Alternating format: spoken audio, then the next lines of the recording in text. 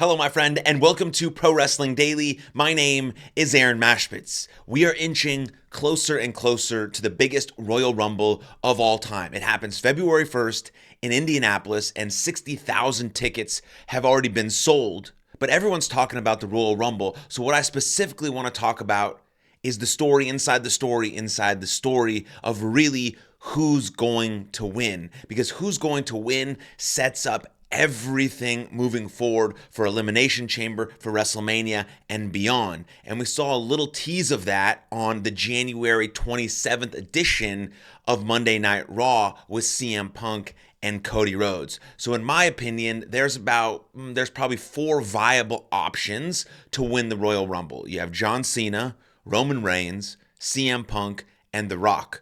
We know that John Cena is actually in the Royal Rumble. He declared for it, but we haven't seen him since the debut episode of Monday Night Raw. So we don't really have our eyes on John Cena. He could be a sneaky win. Yes, we'd love to see John win the Royal Rumble, but I can almost guarantee that John Cena is not going to win the Royal Rumble. So we can cross him off the list. We don't know where he is. We don't know what he's been doing, probably filming a movie. He's not going to win the Royal Rumble. He's not going to challenge Cody Rhodes or Gunther. Something's going to happen later on, Elimination Chamber. I don't know what's going to happen. I think he's probably going to get into the title picture post-WrestleMania, maybe towards SummerSlam, because it's looking like Seth Rollins and Gunther or Logan Paul and Gunther, which is okay. We'll talk about Logan Paul a little bit as well. And it's looking like, well, they teased it. It's looking like CM Punk and Cody Rhodes. So then you have The Rock, who we haven't seen since also he did his weird shtick on the debut episode on Raw's Netflix where he was hugging everyone. He was everyone's best friend. I do believe he will be at the Royal Rumble. That's my story inside the story because I don't know what part he's going to play. Is he on Roman Reigns' team? Is he on Team Cody? He was hugging Cody. He was dapping him up. He was giving him tequila. Obviously, we know the long storied history where Cody and The Rock were in a feud. We also know the family history of Roman Reigns and The Rock. We also know that Paul Heyman is in the middle of all of this because, yes, he is the wise man for Roman Reigns. He is the guy for Roman Reigns. He's also been the guy for CM Punk, and he also owes CM Punk a favor. And so we have this sort of triangle, the story inside the story, heading into Royal Rumble, which is really what's important to look at. Yes, CM Punk is probably the front runner to win, then probably Roman Reigns. Then if we see The Rock, he makes all of these other moving pieces that much more interesting, whether he's on Team Cody, whether he's going to help Roman, whether he's out for himself, whether he uses his corporate power to enter 31 and throw everyone else out, and then we see him head to WrestleMania against Cody Rhodes. We see whether or not CM Punk has to cash in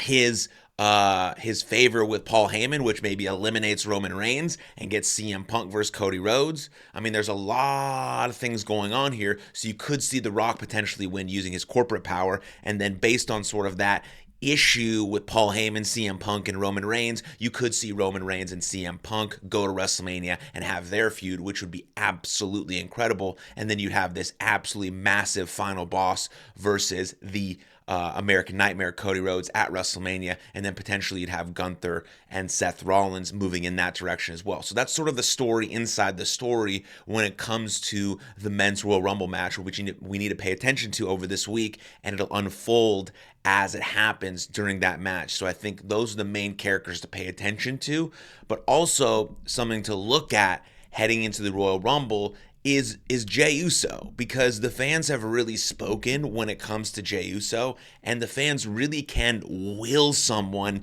into the world title picture. We've seen this just a couple times throughout history. The main example being Daniel Bryan, like expected to be nothing in WWE, but one of the best performers and wrestlers we've ever seen, and got the attention of the fans more than any wrestler that's ever happened with the Yes movement. I mean, we freaking did it on our bus at college after baseball games when Daniel Bryan was super popular. Yes, yes, yes. And he basically took over the fans, took over WWE, and they forced him to be able to win that world championship. Now, I'm not really relating, Daniel Bryan and Jey Uso, but Jey Uso is absolutely loved by the fans right now. They have spoken. They love him. They want him. And if you go on the internet and you look at the internet wrestling community post Saturday night's main event where he lost to Gunther, people were pissed. Now, I don't think Jey Uso should win the world title. I don't think he's world championship material. Not everyone is world championship material. There are guys who just have great matches, who are great characters, and perform really well over and over and over and over again. Someone also like a Sami Zayn, potentially, right? These guys get very, very, very close to the mountaintop, and then they don't make it. Yes, Jey Uso is over. He's entertaining. He's incredible. He's had an amazing career. Part of the best tag team of all time. But is he a single superstar? The fans say yes. The fans say yes, and that will that will him enough into the world title picture again and again and again?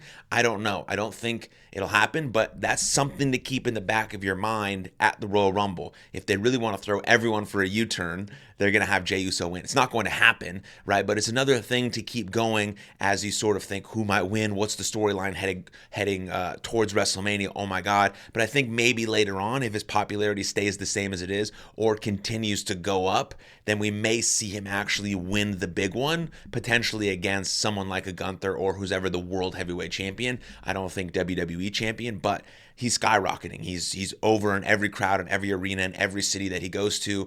People love him. He's entertaining. He's charismatic. He's good in the ring, good enough in the ring. He has the attention of the fans, and they have spoken. And sometimes you have to listen. Sometimes it throws your plans for a U-turn and a curveball, and you have to listen. And I think someone like Jey Uso is someone you have to listen to. Another thing that's also important when it comes to fans and professional wrestling is being able to get heat. There are very few guys who can get heat nowadays. What is getting heat? That basically means the crowd is booing you, right? There are very few guys nowadays who can actually get real, hard heat where they're booing this man out the building. And Logan Paul entered the ring last night on the January 27th edition of Monday Night Raw with Seth Rollins and with Gunther. And the whole segment was okay, but he was getting real heat. He was getting booed out the building, and you could barely hear what he has to say. Now, there are not many superstars on the roster who can get that sort of heat. Now, Logan Paul, they actually disrespect and dislike Logan Paul, which is perfect for his character and who he's trying to be in the WWE. There are a couple other people right now who are heels who are doing a really good job. I mean, New Day with Xavier Woods and Kofi Kingston are absolutely crushing this new role they have with New Day. Fantastic job. Drew McIntyre's sort of a heel, but people respect his ability so much because they've seen all the work that he's done through the COVID era all the way up till now that yes, they think he's dastardly and devious, and he's kind of a bastard, but they also appreciate how good he is inside of the ring. So it's hard for him to really get that actual heel heat. Logan Paul, they think he sucks. He's disrespectful. He's the worst, right? He uses that, the way he's built himself up on social, he uses that as a tool to drive this heat, and it's real hatred for him, and it's amazing, and WWE has to capitalize on that Logan Paul heat because it's amazing. And so those are sort of the stories moving forward. As Logan Paul enters the Royal Rumble, what's going to happen there? I mean, you want to absolutely screw everyone over. You want to make every single WWE fan fucking pissed. You have Logan Paul win the Royal Rumble and go challenge Gunther for the World Heavyweight title. You could do that. They'd be pissed that CM Punk didn't win. Roman Reigns didn't win. The Rock wasn't there. John Cena didn't win because Logan Paul won, and he's the most hated WWE superstar on the roster. If you want to do that, yes, you would get real heat, but you might also get people not coming back, which is sort of the fine line you have to be able to cross when you're thinking about getting heat and disrespecting the fans, right? And so potentially you could see Logan Paul have a really good showing in the Royal Rumble, but it was really cool to see that on Monday Night Raw, to see him get actual real heat.